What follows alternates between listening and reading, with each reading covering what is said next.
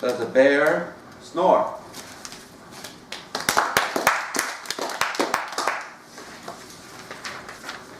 More importantly, John, does a bear snore in the woods? Right. Now that question was very important to me this weekend. It revealed to me the workings of the mind in such a way that when you hear about it later, you might find it useful when you have to think about how your mind sometimes fools you. What happened is I was visiting some friends in Door County, Wisconsin. That's a really nice rustic area to the north part. You know Door County. Very nice up there. Beautiful area. But rustic, a lot of trees, forest areas. And my friends, Dennis and Charisse, had a house that they were staying in right on the lake. It's called Kangaroo Lake. Dennis is tall, sandy-colored hair. Charisse, dark hair, kind of slim. And they had invited us up to participate in the outdoors with them. Now, I'm a city person, but I can appreciate trees and water and grass every now and then. So we went up there. We went up on a Friday night. Dennis and Charisse had gone up that Friday too, but we only got together on Saturday morning. And when we got together, Dennis was telling the story, he thought very funny, about the night before in the house. Charisse had heard a noise in the backyard, where the backyard faced like a dense wooded area. And Dennis said, "Oh, that's just a bear snoring." Now, Charisse didn't know, does a bear snore? Do bears hang out in the woods? She didn't know. I didn't even know when I heard this story either. Do bears snore? I mean, are they going to be near a house? And then Dennis went into a long story that, yeah, if there's a bear back there and you run into the bear, don't run from the bear. He's going to think you're prey. Instead, make yourself big like this and slowly back away like that. You know that? You had to deal with bears? You know that. Okay, that was news to me, but okay, I was ready.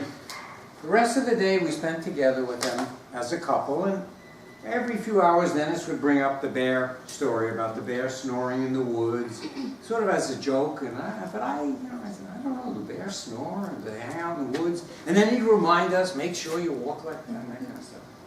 So after dinner, Dennis said, well, let's go back to the house and have a glass of wine. Sounded nice. I wanted to see the house. I went back with my girlfriend Selena. She was up there too. Selena, you might know, about this tall, blonde hair, Polish, heavy Polish accent. As it turns out, she has a Polish sense of humor, as you'll see. We went back to the house, we had a glass of wine, and Dennis says, you know, up here in the country, because there are no city lights, you could see the stars. You'd be amazed at how many stars there are. Let's go out in the backyard and look at the stars.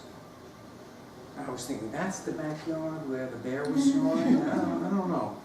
But he said, oh, let's go out and look at the stars. Now, we went to get to this backyard. You had to leave the kitchen area through one of these sliding doors. And because this house was recently built, the exit of the kitchen door to the ground hadn't been finished. It was about this high. There should have been a step there, but the house hadn't been completed. So, I went down and I had to take a really big step and get down to the ground. I got out there and I'm looking at the stars, and they're really beautiful. I was amazed at how many there were. And suddenly Selena, who's in the house, says, I heard a noise! And all I could think about was the bear. And I turned around, I ran to the house. Remember, it was about this. I tried to get up, and I'm thinking the bear with the claws, and I'm trying to get up. I got the advice about looking big and all that kind of stuff. I slipped, I banged my leg, I managed to crawl into the house and say, I'm safe. And there Selena is laughing her head off. She says, I think it was a squirrel or something. But in my mind, I saw the bear.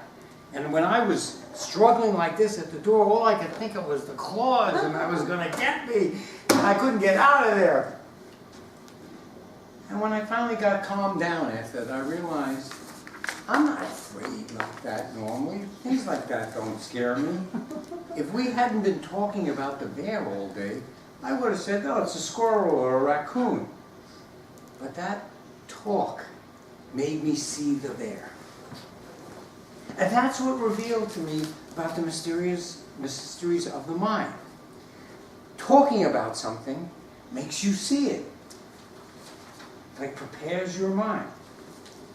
Now that's something to remember for all of you, because what you say creates in people's minds images. And what they say to you puts images in your mind. Now sometimes that could be good, right, if it's advertising, but sometimes it could be bad when they talk about bears and scare the dickens out of you and kill yourself trying to get away from the bear. So the next time you're in a situation where people are talking continuously about something, beware that that's putting an idea in your mind. And you're going to see it. And if you're in the country and people are talking about bears or other things, remember, those thoughts are going to come from what they say. Keep that in mind, and you won't be scrambling to escape the bear. Right? Thank you, Ken. And before you get too far away, you are our first evaluator. Okay. Give yourself a second to compose.